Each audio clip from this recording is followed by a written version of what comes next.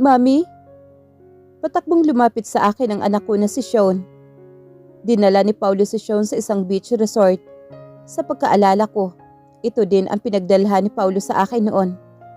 Kailanman hindi ko makakalimutan ang lugar na ito. Dahil dito kami bumuo ng unang alaala ni Paulo na hindi sakop sa obligasyon namin sa asyenda. Agad kong niyakap ang aking anak nang tuluyan siyang nakalapit sa akin. I miss you, baby. I miss you too, Mommy. At hindi na po ako galit sa'yo. Thank you, baby. Kinarga ko ang aking anak. Kumusta yung pananatili niyo dito? Nag-enjoy ka ba? Yes, Mommy.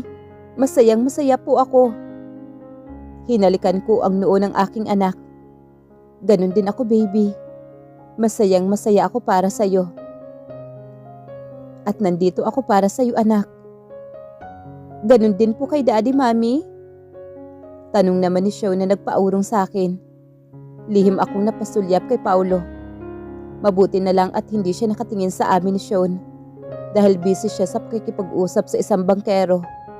Kaya napatawa ako sa tanong ng aking anak. Yehey! Masayang bulalas ng aking anak na nagpangiti na rin sa akin.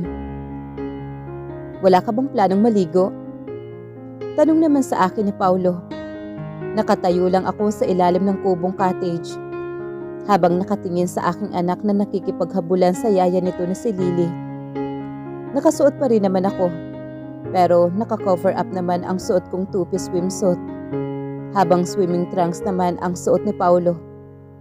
Ilang beses ko pa sigurong makikita ang kanyang machong katawan. Hindi ko pa rin ito pagsasawaan ng aking mga mata. Aaminin ko, masayang masaya ako ngayon. Kanina lang, nagbo-boating kami. Enjoy na enjoy si Sean sa ginagawa namin. Tapos gumagawa din kami kanina ng sandcastle. Tuwang-tuwa pa rin si Sean. Sa sobrang saya na darama ko, nakalimutan ko ang status namin ni Paulo. Hindi ko kasi mapigilan na maging sweet sa kanya na parang hindi kami naghiwalay later. Nagkakakilitian pa kami kanina sa buhanginan. Tuwang-tuwa naman si Sean na nakatingin sa amin. At dahil parang naaagrabyado na ako, kaya tinulungan ako ng aming anak. Lumapit ito sa amin ng kanyang ama. At pinagtutulungan naming dalawa si Paulo. Sa bandang huli, natalo namin si Paulo. Punong-puno ng buhangin ang mga katawan namin. Pero tuwang-tuwa naman ang mga puso namin. Hindi lang muna. Matipid na sagot ko naman kay Paulo. Hindi pa ako nagsasawang pagmasdan si Sean. Napatingin din siya sa aming anak. Ang lakas niyang bata, no? Wala man lamang kapaguran. Nakangiting wika naman ni Paulo. Sinabi mo pa. Nakangiti ko rin sabi sa kanya. Mahilig talaga sa tubig. Nung 1-year-old lang siya, muntika na siya malunod. Pero imbes na magkapobya siya sa dagat o sa swimming pool, mas lalo niya itong nagustuhan. Hindi ko napigilan ang magkwento na lang kay Paulo sa isang hindi ko makakalimutang pangyayari noon na ayaw ko nang mangyari pa. Muntika na siyang malunod? Kunot noon na tanong naman ni Paulo. Bakit? Ano nangyari? Ayaw ko nang pag-usapan ang bangungot na yun, Paulo. Ang mahalaga, ligtas ang anak ko. Hindi na kita pipilitin. Tama ka. Ang mahalaga na ligtas si Sean. Ngumiti naman si Paulo. Halika. Inilahad niya ang kanyang kamay. Saan tayo pupunta? Kunot noon na tanong ko naman sa kanya. Mag-swimming tayo, Danica. Sabay tayong maligo, tayong tatlo ni Sean. Pagkatapos kong hubarin ang suot kong cover up, tinanggap ko ang nakalahad niyang kamay at hawak kamay kaming naglakad papalapit sa nakangiting si Sean. At sabay nga kaming tatlo na naligo sa dagat. Nakapatong ang anak ko sa balikat ng kanyang ama, habang nakahawak naman ako sa braso ni Paulo. Maya't maya lang natagpuan namin ang aming sarili na parang mga bata na naglalaro sa tubig. Nagsasabugan kami ni Paulo ng tubig habang nakasakay pa rin sa balikat niya si Sean. At masayang masaya kaming magkakasama. Gising ka pa rin pala. Napapitlag ako nang marinig ang nagsasalita sa aking likuran. Kasalukuyan akong nakatayo sa buhanginan at nakatanaw sa dagat. Maliwanag ang sinag ng buwan. Sa tingin ko kalahating gabi na. Hindi talaga ako nakatulog. Bukas ay uuwi na kami ni Sean sa Manila at tuluyan na ring matatapos ang ugnayan namin ni Paulo. Aaminin ko, masyado akong nag-i-enjoy na kasama ang mag-ama ko. Nakalimutan ko talaga ang sitwasyon namin na meron kami ni Paulo. Pansin na pansin ko din naman ang kasiyahan ng aking mag-ama. Pero ang lahat nga naman ay may katapusan. Oo. Matipid ko namang sagot kay Paulo. Tumabi siya sa pagkakatayo ko. Sandaling panahon ko na lang naranasan na magkaroon ng kumpletong pamilya. My dad died was I was 10. Napatingin naman ako sa kanya. Hindi ko naman lubos akalain na magkukwento siya sa akin tungkol dito. Mabuti ka nga dahil naranasan mo ang isang kumpletong pamilya. Kailanman hindi ko naranasan ang kumpletong pamilya, Paulo. Iniwan ako ng nanay ko sa tatay ko pagkatapos niya akong ipinanganak. Hindi ko rin mapigilan na magkwento ulit sa kanya. Humarap naman siya sa akin. Nagkatitigan kaming dalawa. I'm sorry, Danica. May simpatya ang kanyang boses. Itinaas niya ang kamay pahaplos sa isang bahagi ng aking pisngi. Do you still remember? I kissed you before under the moonlight. Pagkatapos ng masarap na halikan natin noon, may gusto akong gawin sa iyo na hindi ko nagawa, Danica. Makahulugan na pagkakasabi niya bago tuluyang tinawid ang pagitan ng mga labi namin. Agad ng buhay ang masarap na sensasyon na lagi kong nadarama pag magkalapat ang mga labi naming dalawa. Kaya agad din akong nakipaghalikan sa kanya. Kaya mas lumalim ang ginagawa niyang paghalik sa akin na tinugunan ko naman ng kasing intensidad ng ginagawa niya. Hinapit niya ang aking baywang para mas mapalapit sa kanyang katawan. Hindi ko din napigilan ang aking sarili at pinulupot ko ang aking braso sa kanyang leeg. Pero hindi natapos sa tabing dagat ang init na pareho naming nadarama. Para sa isa't isa. Walang kahit anong pagtutol ang lumabas mula sa mga labi ko nang hinila ako ni Paulo papasok sa kwarto na inuukupan niya. Isinandal niya ako sa dingding habang hindi naghihiwalay ang aming mga labi.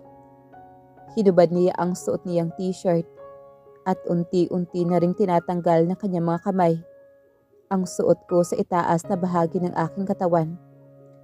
Napaungol ako ng halos pinaliliguan niya na ako ng halik sa aking leeg, tainga at sa buong mukha habang pumipisil-pisil ang kanyang kamay sa aking dibdib.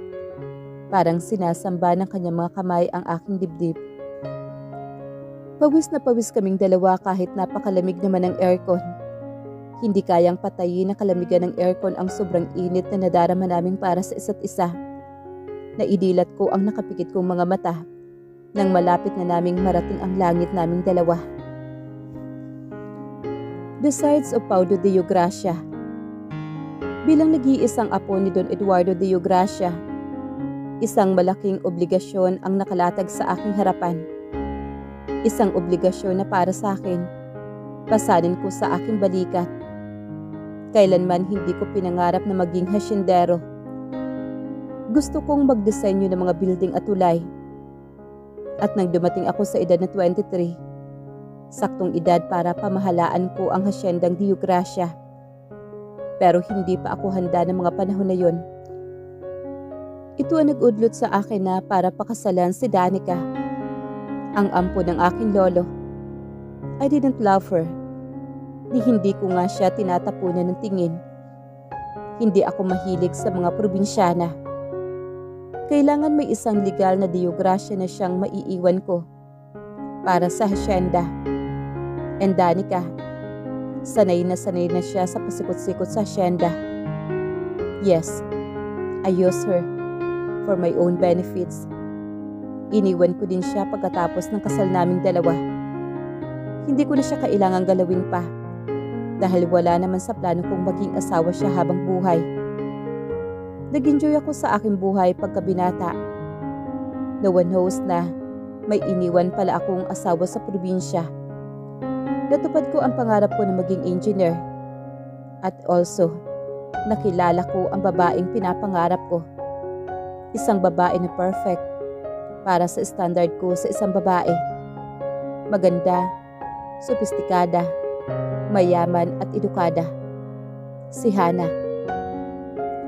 After more than 2 years of being together, inamin ko sa kanya ang tungkol kay Danica. And she's okay with that. She even accepted my proposal to her. Dinala ko si Hana sa asyenda para masanay siya ng kaunti sa buhay doon. Bago ang kasal naming dalawa. Kailangan ko ng makakatuwang ko sa pagmamanage ng hasyenda ng aking pamilya. Plano ko na rin na tapusin ang kasal namin ni Danica. Kaya dinala na rin ang inihanda kong annulment paper sa kasal naming dalawa. Pero hindi pa man umaabot sa 1 buwan.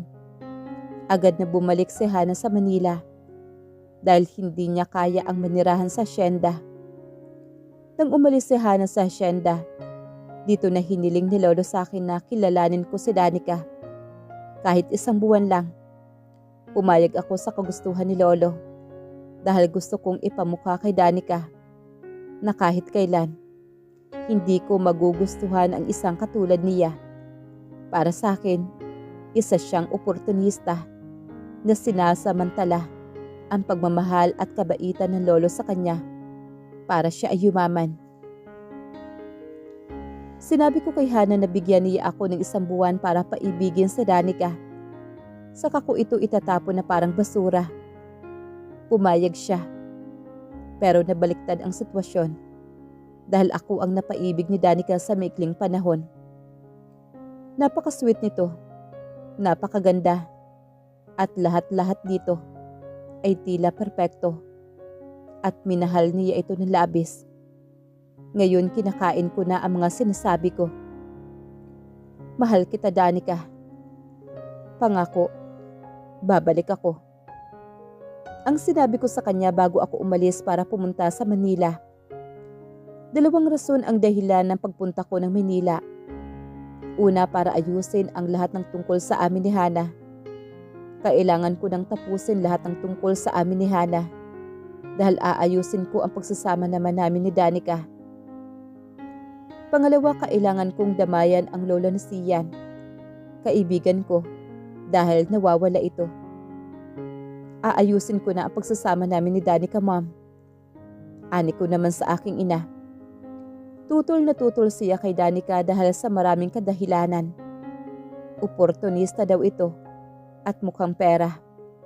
Pero hindi na ako nakikinig sa mga pinagsasasabi niya dahil hindi ganoon ang pagkakakilala ko kay Danica. Nababaliw ka na ba, Paulo? Pati ba naman ikaw? Nautunan ng Danica na yon? Akala ko ba hindi ka pa uuto sa babaeng yon? Hindi na ako nakinig sa kanya dahil desidido na ako sa aking plano na ayusin ang pagsasama namin ni Danica. Bubuo kami ng sarili naming pamilya. Pero, buntis ako, Paulo. At ikaw ang ama. Kailangan mong pakasalan ako. Dahil kung hindi, mawawalan ka ng anak dahil ipalalaglag ko itong pinagbubuntis ko. Kailangan kong panagutan si Hana. Agad na nagplano si Mami sa engagement namin ni Hana. Hindi ko naman lubos akalain na iimbitahan pala niya si Lolo pati na rin si Danica. At sa araw na din yun, plano na pala ni Mami na ipahiya si Danica. Oo, kinausap ako noon ni Mami na sirain si Danica. Pero hindi ko itinuloy ang napagplanuhan namin. At naaayos ko na lahat ng dapat kong ayusin. Wala akong alam sa mga nangyayari sa party na yon. Gusto kong magpaliwanag. Gusto kong sabihin kay Danica ang buong katotohanan. Pero biglang nagkulap si Hana. Medyo masilan ang pagbubuntis niya. Huwag mo sana siyang bigyan ng sama ng loob, kahit kaunti lang, kung ayaw mong makunan siya. Ito ang sinabi sa akin ng ubigay ni Hana.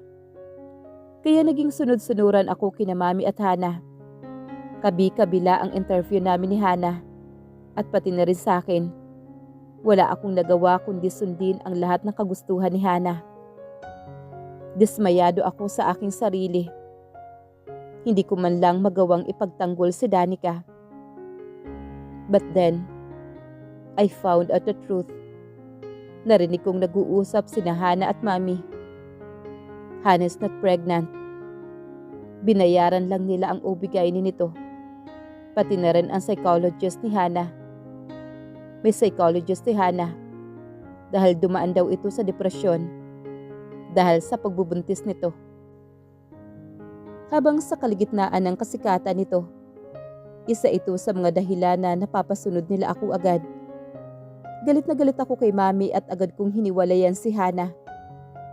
Agad akong bumalik sa Hacienda de Gracia para magpaliwanag kay Danica at ipagpatuloy ko ang nauglot kong plano na aayusin namin ang pagsasama naming dalawa. Mahal na mahal ko si Danica at sana mapatawad niya ako. Pero hindi ko na siya naabutan pa. Umalis na siya. Tuluyan niya na akong iniwanan. Halos lumuhod na ako sa harapan ni Lolo para sabihin niya lang sa akin kung nasaan si Danica. Pero lagi akong bigo. Puro galit lang ang naririnig ko mula sa kanya. Wala na akong ginawa kundi ang maglasing. Sising-sisi ako at bigong-bigo ako. Pabalik-balik si Danica sa aking isipan. Lagi ko siyang napapanaginipan at lagi ko siyang nakikita sa kung saan. Kaya nung may nangyari sa aming dalawa, buong akala ko bahagi lang yun ng aking imahinasyon. Sinubukan kong hanapin si Danica. Pero si Lolo ang laging pumipigil sa akin. Hihintayin ko na raw na kusang bumalik si Danica. Hindi ako nakinig kay Lolo. Ipinahanap ko pa rin si Danica. Pero lagi akong bigo. Hanggang sa nalaman ko na lang na hinahadlangan pala ni Mami ang paghahanap ko kay Danica. Galit na galit ako kay Mami. Sa sobrang galit ko sa kanya, gusto ko na siyang itakwil. Pero pinipigilan ko ang aking sarili. Dahil sa kabila ng katotohanan na hindi ko siya tunay na ina, minahal at nirespeto ko siya na parang tunay kong ina. After 3 years, bumalik si Danica sa lamay ni Lolo Eduardo. And I still love her the same. No, I love her more. I always love her. At hindi ko na siya pakakawalan pa. Hindi dahil may anak kami, kundi dahil mahal ko siya. Mahal na mahal ko si Danica.